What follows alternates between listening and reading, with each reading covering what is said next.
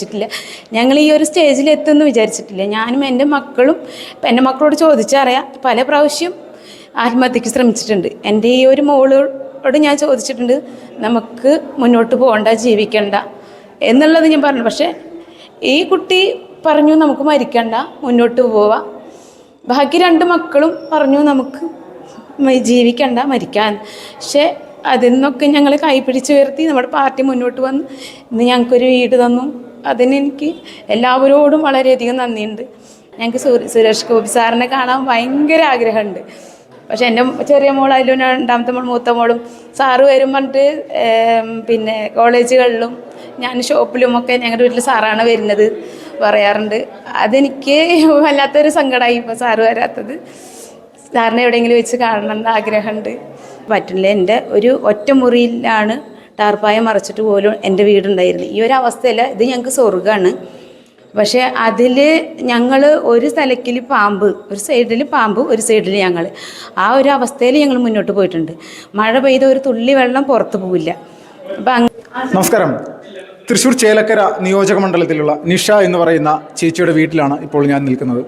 വിഷയമൊറ്റ കാര്യം മാത്രമാണ്. മഹിളാ മോർച്ച എന്ന് പറയുന്ന BJPയുടെ മഹിളകളുടെ സംഘടന ഇവർക്കൊരു വീട് വെച്ച് നൽകിയിരിക്കുകയാണ്. അതിൻ്റെ കാരണങ്ങൾ എന്താണെന്നുള്ളത് ഇവരോട് തന്നെ ചോദിച്ച് മനസ്സിലാക്കാം. ചേച്ചി നമസ്കാരം. നമസ്കാരം. ചേച്ചി, ഇപ്പോൾ മഹിളാ മോർച്ച നിങ്ങൾക്ക് ഒരു വീട് വെച്ച് തന്നിരിക്കുകയാണ്. ഇങ്ങനെ ഒരു സാഹചര്യം ഉണ്ടാകാനുള്ള കാരണം എന്താണ്? ഇങ്ങനൊരു സാഹചര്യം ഉണ്ടാവാനുള്ള കാരണം പറഞ്ഞു കഴിഞ്ഞിട്ടുണ്ടെങ്കിൽ, നമുക്ക് വീട് വെച്ചെന്ന കാര്യമാണല്ലോ അവർ ചോദിക്കണേ. അപ്പോൾ അത് ഞങ്ങൾക്ക് കയറി കിടക്കാൻ എൻ്റെ 3 പെൺകുട്ടികളാണ് എനിക്ക്. പിന്നെ എനിക്ക് സുഖമില്ലാണ്ട് മരുന്ന് ഡെയിലി മരുന്ന് കഴിച്ചുകൊണ്ടിരിക്കുന്ന ഒരു വ്യക്തിയാണ്. അപ്പോൾ നമുക്ക് സ്വന്തമായി ഒരു വീട് വയ്ക്കാൻ നമുക്ക് സാധിക്കില്ല. അപ്പോൾ അങ്ങനെ ഇരിക്കുന്ന സമയത്ത് എനിക്ക് കുട്ടികളുടെ വിദ്യാഭ്യാസവും എല്ലാം കൂടി മുന്നോട്ട് പോകാൻ പറ്റുന്നില്ല. അപ്പോൾ ഞാൻ പഞ്ചായത്തുകളിൽ പോയി അന്വേഷിച്ചു. അപ്പോൾ നമുക്ക് വീട് കിട്ടിയില്ല. അവർ പറയണത് ലൈഫ് പദ്ധതി എന്നാണ് വീട് പാസ്സാവുള്ളൂ.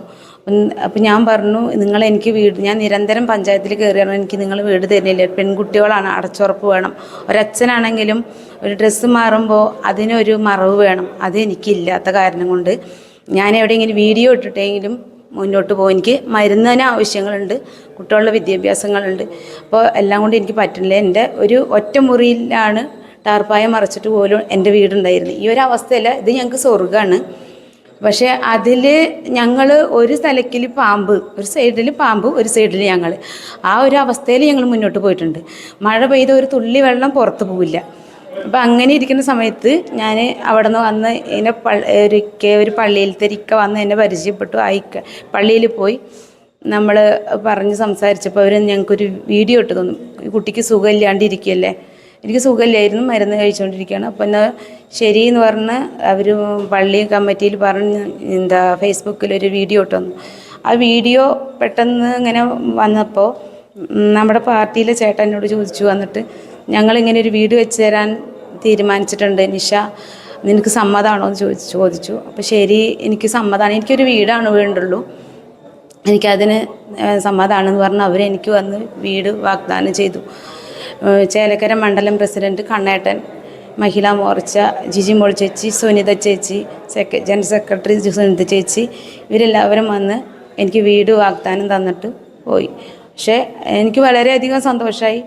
ഇന്നിപ്പോൾ അതിൻ്റെ പണിയെല്ലാം പൂർത്തീകരിച്ചിട്ട് ഇന്ന് ഞങ്ങൾക്ക് നല്ലൊരു ഭവനം വെച്ച് താക്കോൽദാനം തരികയാണ്. അപ്പോൾ അതിൽ ഏറ്റവും വളരെ സന്തോഷവതിയാണ് ഞാനും എൻ്റെ മക്കളും. ഇപ്പോൾ ഈ മുൻ കേന്ദ്രമന്ത്രിയായിട്ടുള്ള മുരളീധർ സാറാണ് ഇപ്പോൾ വീട് നിങ്ങൾക്ക് കൈമാറുന്നത്, താക്കോൽദാനം നടത്തുന്ന അദ്ദേഹമാണ്. എത്രത്തോളം സന്തോഷമുണ്ട്? പറഞ്ഞറിയിക്കാൻ പറ്റാത്ത സന്തോഷമുണ്ട് എനിക്ക്. ഇങ്ങനെ ഒരു വ്യക്തി, ഇത്രയും വലിയൊരു വ്യക്തി എൻ്റെ വീട്ടിൽ വന്ന് എനിക്കിങ്ങനെ ഒരു താക്കോൽദാനം തരുമെന്ന് ഞാൻ ഒരിക്കലും പ്രതീക്ഷിച്ചിട്ടില്ല. ഞങ്ങൾ ഈ ഒരു സ്റ്റേജിൽ എത്തുമെന്ന് വിചാരിച്ചിട്ടില്ല. ഞാനും എൻ്റെ മക്കളോട് ചോദിച്ചറിയാം, പല പ്രാവശ്യം ആത്മഹത്യക്ക് ശ്രമിച്ചിട്ടുണ്ട്. എൻ്റെ ഈ ഒരു മോളോട് ഞാൻ ചോദിച്ചിട്ടുണ്ട്, നമുക്ക് മുന്നോട്ട് പോകണ്ട, ജീവിക്കണ്ട എന്നുള്ളത് ഞാൻ പറഞ്ഞു. പക്ഷേ ഈ കുട്ടി പറഞ്ഞു നമുക്ക് മരിക്കണ്ട, മുന്നോട്ട് പോവാം. ബാക്കി രണ്ട് മക്കളും പറഞ്ഞു നമുക്ക് ജീവിക്കണ്ട, മരിക്കാൻ. പക്ഷേ അതിൽ നിന്നൊക്കെ ഞങ്ങൾ കൈപിടിച്ച് ഉയർത്തി നമ്മുടെ പാർട്ടി മുന്നോട്ട് വന്ന് ഇന്ന് ഞങ്ങൾക്കൊരു വീട് തന്നു. അതിനെനിക്ക് എല്ലാവരോടും വളരെയധികം നന്ദിയുണ്ട്. പ്രത്യേകിച്ച് മണ്ഡലം പ്രസിഡന്റ് കണ്ണേട്ടൻ്റെ അടുത്തും ലിജിമോൾ ചേച്ചി എൻ്റെ കൂടെ എല്ലാ കാര്യത്തിനും ഒരു കൂടപ്പറപ്പിനെ പോലെ നിന്നിട്ട് ആ ചേച്ചിയുടെ അടുത്തും പിന്നെ എൻ്റെ ജനറൽ സെക്രട്ടറി സുനിത ചേച്ചി അവർ, പിന്നെ എനിക്ക് കുറേ ചേട്ടന്മാർ, കുറേ ചേച്ചിമാർ സഹായിച്ചിട്ടുണ്ട്. അതിൽ എല്ലാവരോടും പേരെടുത്ത് പറയുമ്പോൾ അതൊരു ഇതാവും. പക്ഷെ എല്ലാവരും പേരെടുത്ത് പറയണില്ലേ, എല്ലാ ഏട്ടന്മാരും എനിക്ക് പഴയന്നൂർ പഞ്ചായത്തിൽ നിന്ന്, തിരുവല്ലാമല പഞ്ചായത്തിൽ നിന്ന്, കൊണ്ടാടി പഞ്ചായത്തിൽ നിന്ന് എല്ലാവരും എന്നെ ഒരു സഹോദരിയായി കണ്ട് എൻ്റെ മക്കൾക്കും എനിക്കും നല്ലൊരു ഭവനം വെച്ച് തന്നു. എല്ലാവരോടും എനിക്ക് നന്ദിയും കടപ്പാടും ഉണ്ട്. ഇപ്പോൾ ഈ BJPയുടെ പ്രവർത്തകരാണല്ലോ ഇതിൽ സജീവമായിട്ട് നിന്ന്, അവരാണല്ലോ ഇതെല്ലാം ചെയ്യുന്നത്. അപ്പോൾ ഇതിന് ശേഷം എന്തായിരിക്കും ആ ഒരു പാർട്ടിയോടുള്ള നിലപാടെന്നാണ്? പാർട്ടിയോട് നമുക്ക് വളരെയധികം സന്തോഷം തോന്നുന്നുണ്ട്, ബഹുമാനം തോന്നുന്നുണ്ട്. ഇങ്ങനെ ഒരു പാർട്ടി വന്ന്, ചേട്ടൻ ഓൾറെഡി BJPക്കാരനാണ്.